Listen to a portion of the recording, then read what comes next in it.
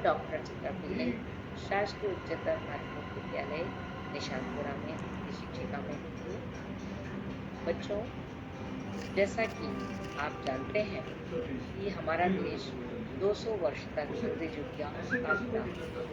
उनका मुख्य उद्देश्य हमारे देश की भाषा व संस्कृति को बदलना तथा अपनी भाषा अंग्रेजी का प्रचार प्रसार करना।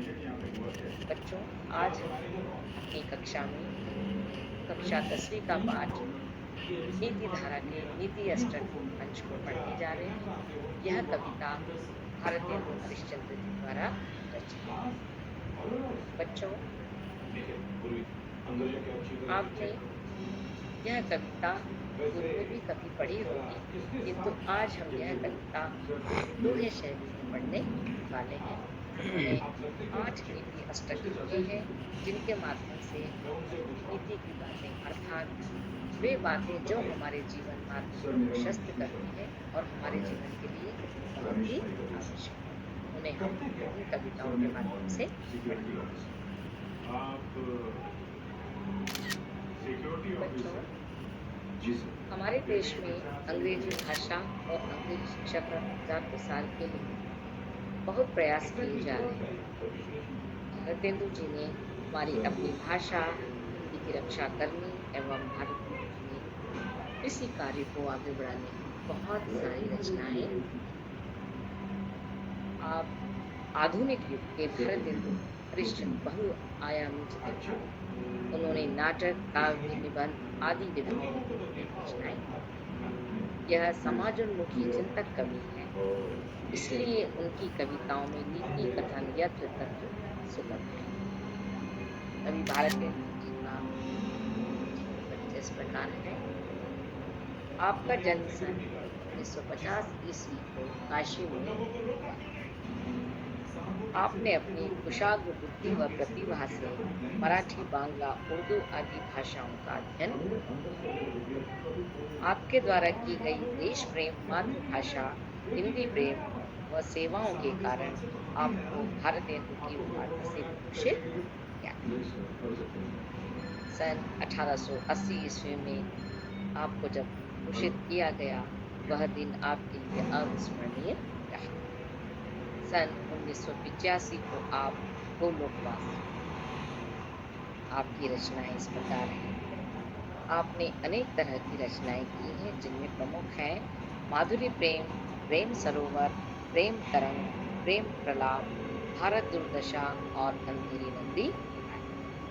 इनमें कुछ नाटक, काव्य व नीति संबंधी रचनाएं भी। बच्चों, इन बिंदुओं को आप बहुत ध्यान से सुनिए और कर सकते हैं। परीक्षा की दृष्टि से ये 1 अंकीय प्रश्न में पूछे जाते हैं। कवि भारतेंदु जी का भाव पक्ष इस प्रकार है। भारतेंदु जी का काव्य क्षेत्र व्यापक रहा है। भक्ति और श्रृंगार आपकी कविता का प्रधान रस है। भाव प्रणयता, देश प्रेम और समाज सुधार का स्वर आपकी रचनाओं में बहुत सशक्त है। राष्ट्र प्रेम भाव आपके हृदय सिंधु में डोरे मारता। आपका श्रृंगार रीतिकालीन कवियों से भिन्न एवं विशिष्ट है। आप पाश्चात्य सभ्यता के अंधानुकरण, हिंदी के प्रति उदासीनता और भारतीय जीवन की बुराइयों के प्रबल विरोधी व देशभक्त। कवि के परिचय में हम भारतेंदु हरिश्चंद्र जी कला पक्ष की बात करते हैं। आपकी रचनाएं छंदबद्ध है। आपकी रचनाएं छंदबद्ध है। छप्पय, दोहा, कुंडलियां, हरि गीतिका आदि अनेक छंदों का प्रयोग आपकी रचनाओं में। काव्य भाषा ब्रज है, किंतु शनै शनै आपने खड़ी बोली काव्य को भी जन्म दिया है, उसे सजाया और संवारा भी है। लोकोक्तियों और मुहावरों का यथास्थान प्रयोग कर अलंकारिक शैली को भी अपनाया है। साहित्य में स्थान भारतेंदु जी बांधकारी रचनाकार थे। हिंदी उन्नायकों में आपका स्थान सर्वोच्च है। बच्चों में जीवन परिचय 4 अंक का परीक्षा में अवश्य आता है। तो इस प्रकार से आपको जीवन परिचय के चारों बिंदु याद करना है, जिससे हम परीक्षा में 4 अंक प्राप्त कर सकें। बच्चों, नीति अष्टक का सारांश इस प्रकार है।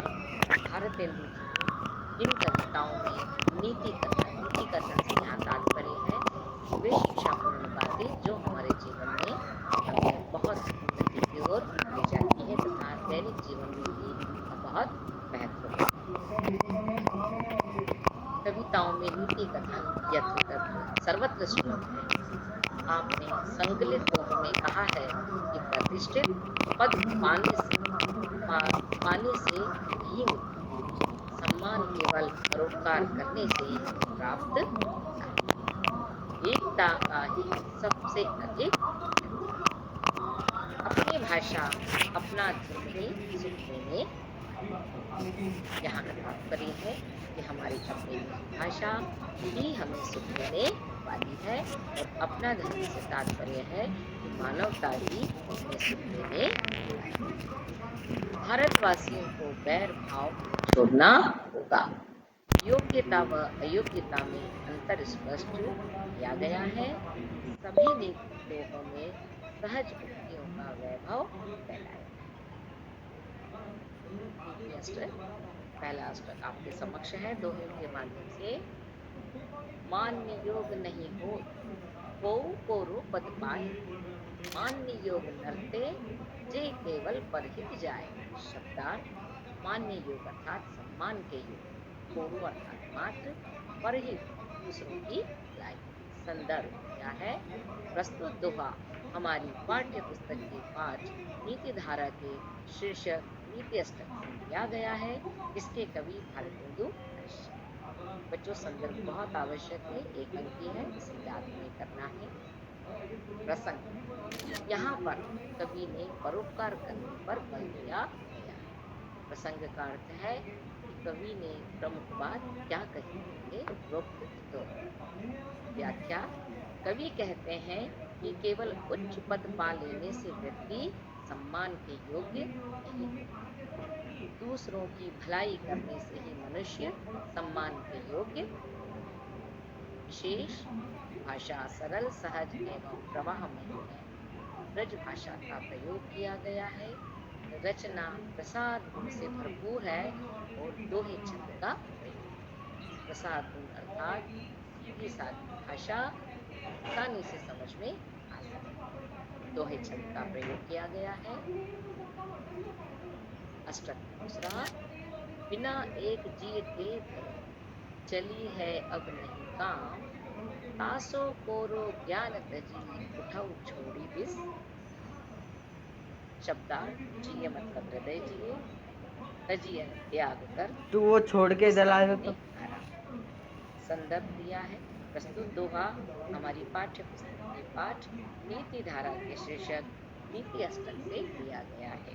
इसके कवि भारतेंदु हरीशचंद्र हैं। प्रसंग पारस्परिक एकता पर बल दिया। प्रसंग हम पुनः पढ़ेंगे। पारस्परिक एकता पर बल दिया। व्याख्या सभी भारतवासियों के हृदय एक हुए बिना अब काम नहीं चल। भारतेंदु जी कहते हैं सभी भारतवासियों से कि सभी भारतवासियों के हृदय जब तक एक नहीं होंगे तब तक काम नहीं चलेगा। इसलिए पूरी ज्ञान की बातों को छोड़कर और विश्राम को छोड़कर हमें राष्ट्रीय एकता के लिए उठ खड़े होना चाहिए। अर्थात हम भारतवासी सभी एक होकर अपने देश को आजादी। भाषा बहुत सरल सहज प्रवाहमयी है। भाषा ब्रज भाषा का प्रयोग। रचना प्रसाद से भरपूर। छंद अष्टक क्रमांक 3। पैर फूट ही सौ भयो, पैर फूट ही सौ भयो, सब भारत को नाश, तबहु न छाड़त याही सब, बंधे मोह के फांस। शब्दार्थ पैर मने शत्रुता, नाश मने विनाश और फांस मने। संदर्भ पूर्व के अनुसार ये प्रस्तुत दोहा हमारी पाठ्य पुस्तक के पाठ नीति धारा के शीर्षक नीति अष्टक से लिया। इसके कवि भारतेंदु हरिश्चंद्र हैं। प्रसंग, यहाँ कवि ने भारतवासियों की आपसी फूट के दुष्परिणामों का उल्लेख किया।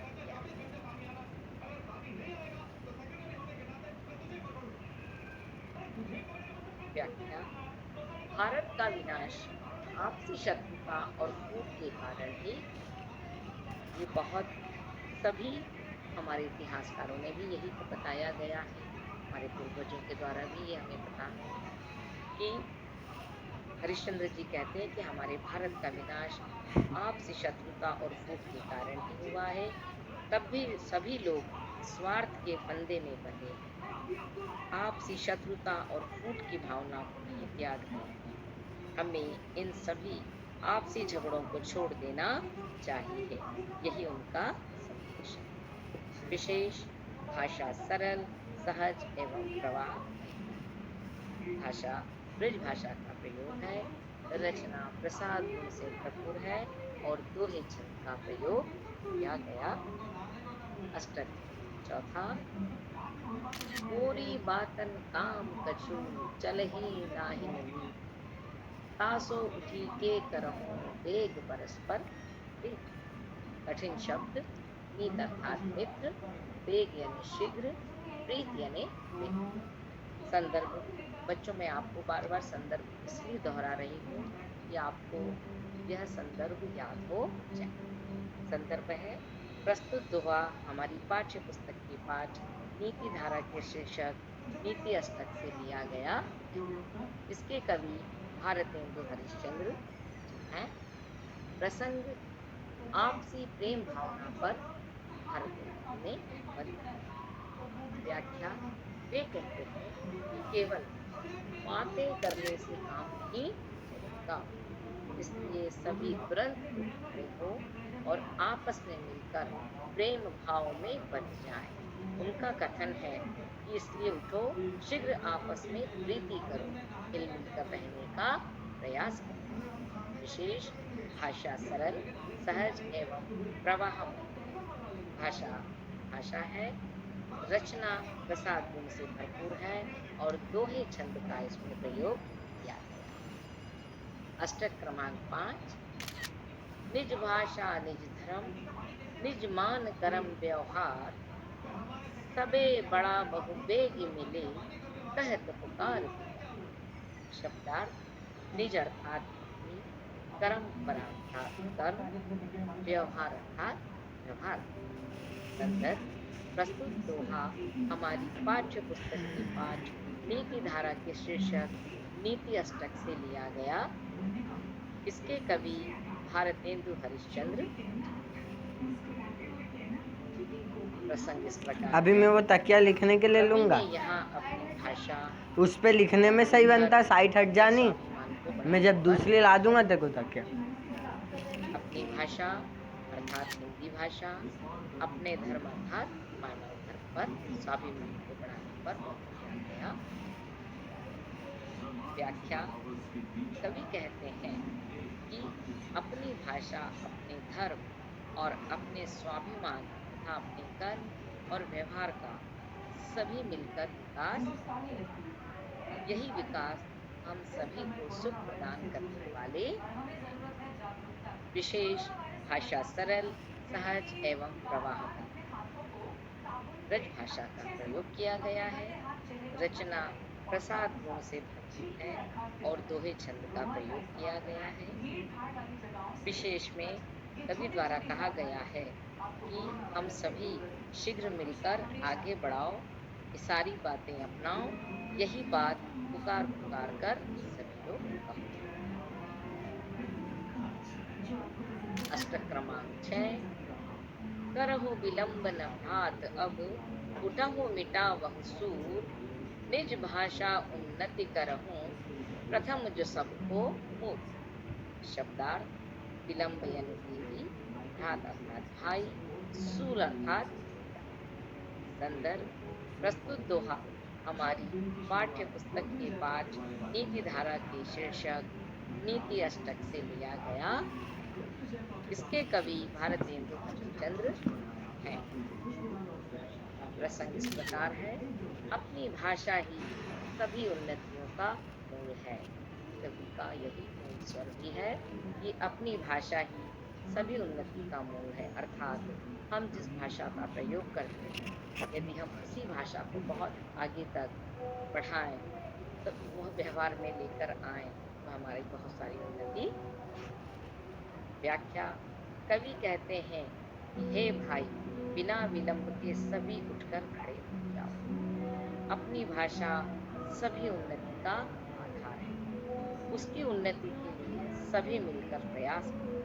उठो, शूल, दुश्मनी, बैर भाव आदि कष्ट को जाओ। निज भाषा की उन्नति करो, यही सभी उन्नति का बार बार मूल मंत्र है। भाषा विशेष में सरल, सहज, प्रभावमयी है। ब्रज भाषा का प्रयोग है।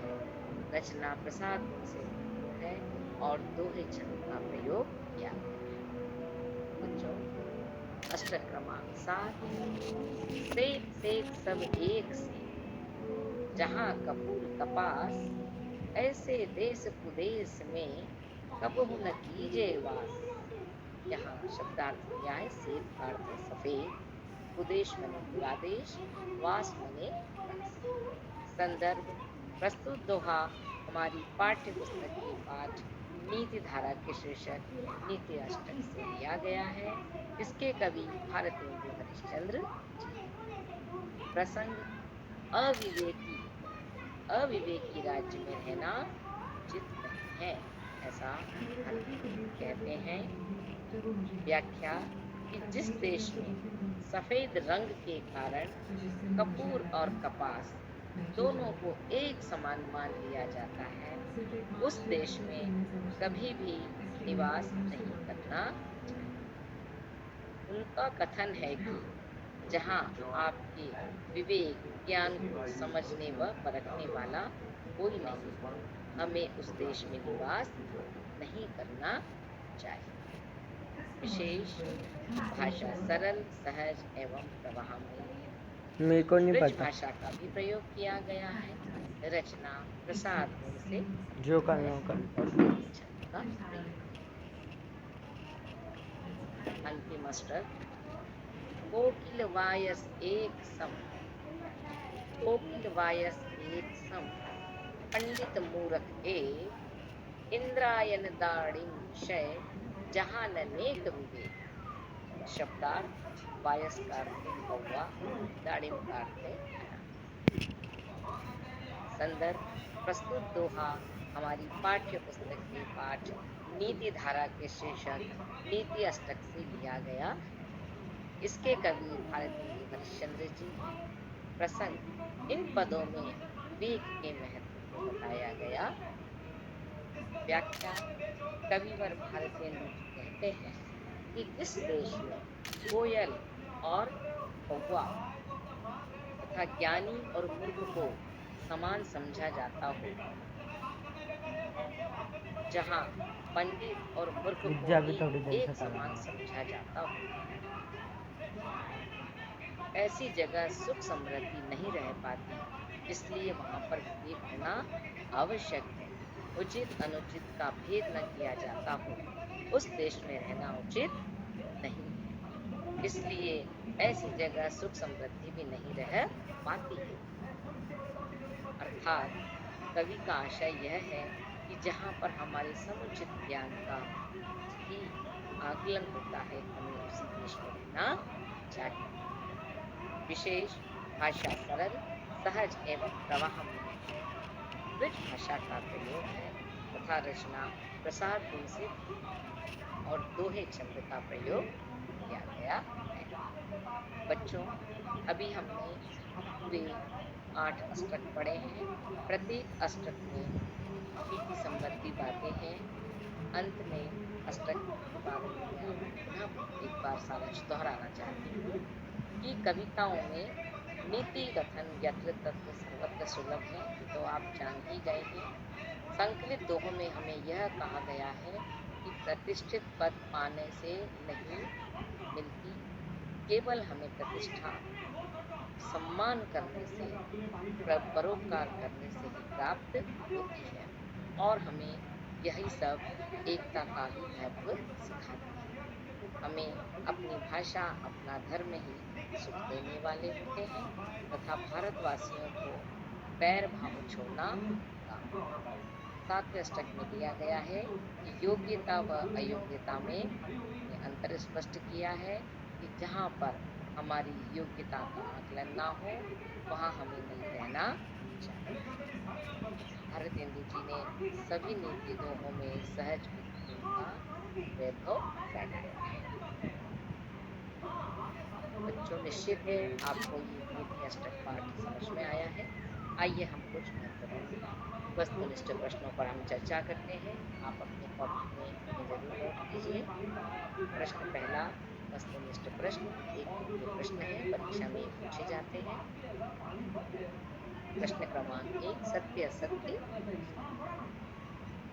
क, संपत्ति के बढ़ने पर अभिमान नहीं करना चाहिए। उत्तर है असत्य, अभिमान ऊपर से करना कपड़े उतारे चाहिए। कठिन से मैं कठिन आया काम लेके एकता तो में पानी आ संभव गया है। ना, तो फिर सत्य, मौसम तो बदला। परोपकार करने पर सम्मान मिलता है। सत्य, यदि हम परोपकार करते हैं तो आप देखिए आपको सम्मान अवश्य मिलता है। परोपकार का अर्थ होता है दूसरों की भलाई करना। घ नंबर का प्रश्न है, अपने द्वारा किए गए काम का ढिंढोरा पीटना चाहिए। बच्चों, यदि आपने कोई काम किया है तो क्या आपको काम का ढिंढोरा पीटना चाहिए? नहीं, असत्य। इनका प्रश्न है, भारत का नाश बैर के कारण हुआ था। असत्य, भारत का नाश बैर के कारण नहीं हुआ। माना तो जाता है कि आपसी बैर झूठ के कारण भी हुआ था, लेकिन इसके अलावा और भी कई कारण हैं जिनसे भारत का नाश हुआ। आगे इन प्रश्नों के उत्तर हमें और अच्छे से प्राप्त होंगे। भारतेंदु हरिश्चंद्र आयामी रचनाकार है। असत्य, भारतेंदु हरिश्चंद्र बहुआयामी रचनाकार है। यही इसका उत्तर है। एक शब्द या एक वाक्य में उत्तर, क्या करने पर हमें सम्मान मिलता है? हमें परोपकार करने पर सम्मान मिलता है। संपत्ति बढ़ने पर क्या न करें? संपत्ति बढ़ने पर अभिमान न करें। नीति अष्टक के कवि का नाम लिखिए। नीति अष्टक के कवि भारतेंदु हरिश्चंद्र हैं। व्यक्ति सम्मान योग्य कब बन जाता है? व्यक्ति सम्मान योग्य जब परोपकार करता है तब व्यक्ति बन जाता है। भारतेंदु के अनुसार भारत की दुर्दशा का प्रमुख कारण क्या था? भारतेंदु जी के अनुसार भारत की दुर्दशा का प्रमुख कारण अपने निज भाषा का प्रयोग न करना था और भी कई इसमें कारण हैं। अगले प्रश्न के आगे हम उत्तरों को पढ़ेंगे। बच्चों, कुछ आपके लिए भी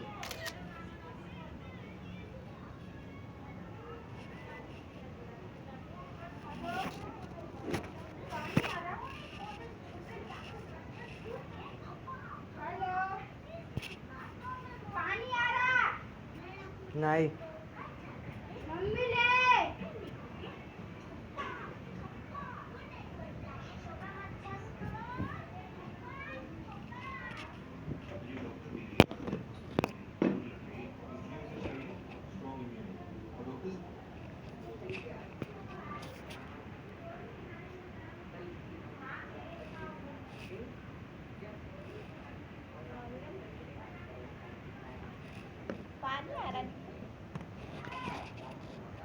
हेलो।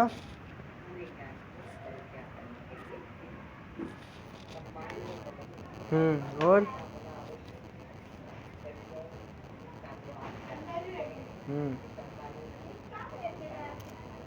हाँ। कोने पे ना। हाँ हाँ, तैयार हो जा। हाँ, तैयार हो। तैयार हो जा। प्रश्न एक आपके समक्ष पढ़ रहे हैं। संपत्ति